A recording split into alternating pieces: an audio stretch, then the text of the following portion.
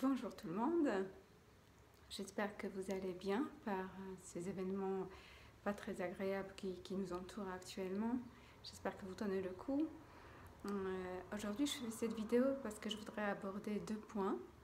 Un questionnement en fait, des choses que je ne comprends pas et peut-être que vous pouvez m'aider ou peut-être vous comprenez ou peut-être vous ne comprenez pas non plus.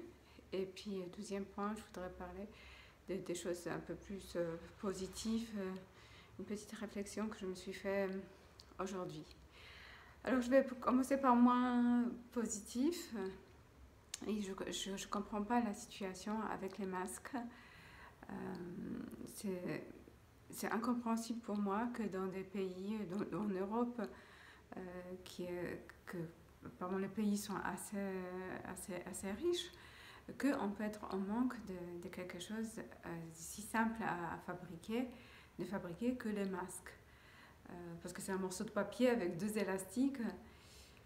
C'est sûr qu'on a aidé pas mal, enfin, on a aidé la France à aider pas mal les autres pays, la Chine, ils ont envoyé quelques tonnes, Iran, Grande-Bretagne. Alors du coup, il y a moins maintenant, il y a un petit manque. Mais les usines qui fabriquent les masques devraient être confisquées, ils devraient être par l'État, devraient être prises en charge par l'État, parce que c'est quelque chose de basique pour éviter tout le grand contact, les postillonnements, toutes ces choses. Et deuxièmement aussi, ça fait une prise de conscience. J'ai remarqué, il y a des jeunes, surtout des jeunes, bon, il y a des personnes âgées qui sont inconscientes aussi, plus âgées, mais de voir les gens dans la rue avec le masque, j'ai l'impression que ça fait un tilt chez beaucoup de personnes quand même, parce qu'il fait beau, il y a des oiseaux qui chantent, c'est magnifique, et puis souvent on a mal à réaliser de ce qui se passe, que c'est la réalité. Cette maladie, que c'est vraiment dangereux la situation. Alors voir des gens avec les masques, je pense que ça fait un petit rappel assez choquant dans les têtes des jeunes et de certaines personnes. Et puis on nous a dit que les masques c'est inutile. Alors on voit bien en Chine, dans tous les pays, que tout le monde porte les masques. Je pense que c'est pas pour rien. Et là en France on nous dit non, les masques il faut laisser pour le personnel hospitalier. Si les masques c'est inutile, ça sert à rien, ça laisse passer le virus dans les milieux hospitaliers, ça leur sert à rien non plus. Alors c'est pas très clair tout ça, et puis ce qu'il a dit le Premier ministre de la Santé, ça m'a fait rigoler aussi, parce qu'il a dit que les masques ça sert à rien, parce que si quelqu'un vous postillonne dessus, le virus reste toute la journée sur le masque, le soir de toute façon vous le touchez, vous pouvez quand même l'avoir. Alors qu'est-ce qui est mieux, que quelqu'un nous postillonne tous, que ça tombe sur le masque, et puis on a une chance d'enlever le masque, le virus il reste dessus si on fait vite, ou il vaut mieux qu'on nous tousse directement sur la bouche ou sur le visage et qu'on avale le virus immédiatement ou qu'on absorbe. C'est pas très logique tout ça. Ça c'est une chose. Deuxième chose aussi par rapport au test de dépistage de ce virus. Qu'en Corée du Sud, ils font massivement, ils testent toutes les personnes, 10 000 tests par jour. Ils font quand même de coronavirus, des prélèvements, et puis ils confinent les gens qui sont contaminés. Et ceux qui sont en bonne santé, ils les laissent travailler. C'est impressionnant. Je pense que vous avez tous vu comment ça se passe, comment ils tracent les gens, ça c'est la guerre. Ils suivent l'ennemi à la trace, ce virus. Et puis c'est pour ça que le résultat chez eux est spectaculaire. Ici en France ou dans d'autres pays d'Europe, on dit que ça coûte cher les tests. On les fait vraiment quand on est en train de crever. Là, ça ne sert à pas grand-chose les tests. Quand on crache nos poumons par terre. Mais comment... Je comprends pas, parce que là, ils sont en train de débloquer des millions pour payer les gens qui vont rester à leur maison à rien faire. Payer le loyer, payer tout.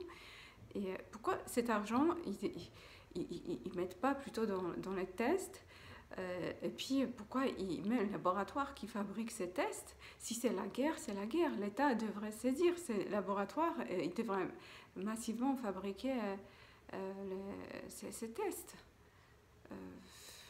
Bon, pas test, je ne sais pas comment ça s'appelle là, mais voilà. Peut-être, sûrement même, il y a des choses que j'ignore, je dois ignorer, c'est pour ça. Mais bon, ça me semble quand même logique. Après, ces lois, c'est leurs principes, tout ça, ouais, c'est sûr que je ne connais pas, mais voilà. Ça, c'est pour un coup de gueule. Si vous avez des explications, je prends volontiers. Après, deuxièmement, aujourd'hui, je me disais, je regarde ce magnifique temps, les oiseaux qui chantent, et je me dis, waouh, si ça dure 1 mois, 2 mois, ça va être dur quand même de rester chez soi, confiné.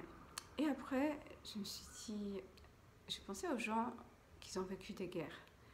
Les guerres, qu'ils étaient pendant des mois, quelquefois, enfermés dans les caves, dans les conditions horribles, juste pour survivre, sans nourriture, ou manger des patates crues ou des oignons, c'était le cas en Pologne. Ils ne pouvaient pas contacter leur famille, et souvent ils étaient seuls, ils ne pouvaient pas se laver, ils ne pouvaient pas sortir, c'était cauchemardesque. Et là, je me suis dit, ouais, j'ai eu un peu honte de mes plaintes, et je me suis dit, effectivement, on a vraiment la chance, dans notre malchance, il faut qu'on regarde côté positif, que quand même on a de quoi manger, on peut rester dans les appartements, on a toujours les fenêtres, on peut se laver, on a de l'eau chaude à la maison, on a les toilettes, on peut aller au magasin faire les courses, c'est quand même énorme. Et puis en plus, on nous offre la possibilité de se reposer. De rester à la maison, de profiter. Bon, c'est sûr que ceux qui ont les grandes sociétés qui vont faire faillite ou qui sont dans l'embarras parce qu'ils ont des grands crédits, ça doit être moins agréable pour eux. Mais je ne sais pas vous, mais à mon niveau, moi, je ne me permets pas de prendre des vacances les dernières deux années. Je ne me permets pas de m'arrêter de travailler parce que je culpabilise. Ça me fait peur, je culpabilise. Et quand je prends les vacances, c'est le stress. Je me sens obligée de faire quelque chose, partir quelque part, faire garder mes chats, laisser l'appartement. Ça me stresse encore plus. Et là, quand on est à la maison, ça veut dire on est obligé de profiter un peu de chez soi, faire un peu de l'ordre, de se apaiser, de méditer, de se recentrer sur soi-même. Et ça, je trouve que c'est magnifique. Entre parenthèses, en ne pensant pas à ce qui plane au-dessus de nous, il y a quand même un côté positif énorme. Et je crois que je ne suis pas la seule parce qu'il y a pas mal je vois des choses qui circulent sur des réseaux sociaux. Certains disent même que c'est limite presque comme un cadeau. C'est ce qui se passe pour la plupart des gens pour se éveiller.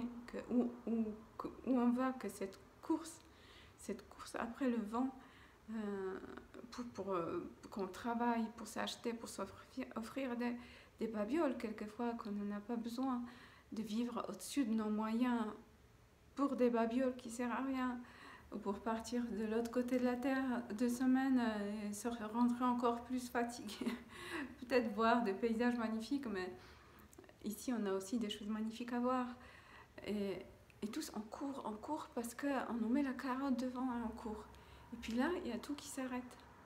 Et c'est bien de prendre ce temps pour réflexion pour nous tous et voir côté positif, parce que dans chaque situation il y a négatif, il y a côté négatif et un côté positif. Voilà, c'est ce que je voulais partager avec vous. Je crois que je voulais dire autre chose, mais ça m'a sorti la tête. Mais c'est le plus important, voilà, c'est déjà ça. Profitant de ce calme, parce que, voilà, ça aussi je pensais, parce qu'aujourd'hui on est en bonne santé, on est confiné, on ne sait pas dans 2 semaines ce qu'on va découvrir. Que peut-être dans 2 semaines, le cauchemar va commencer peut-être pour nous. Alors profitons aussi de ce moment présent, là, si on se sent bien, rechargeons nos batteries un maximum de choses positives, de bien se nourrir, bien se reposer, parce que peut-être d'ici 2 semaines, on va être confronté à nous-mêmes, à ce virus. Alors, profitons de chaque instant, réjouissons-nous de chaque instant, parce qu'on ne sait pas ce que demain peut nous apporter. Dans le bon sens, bien sûr, hein, on ne fait pas n'importe quoi, parce que peut-être demain on va crever. Juste ayons la gratitude pour le moment présent. Voilà, peut-être c'est plus juste de dire dans ce sens-là. Alors, je vous souhaite beaucoup de anticorps, que la force et l'amour soient avec vous. À tout bientôt.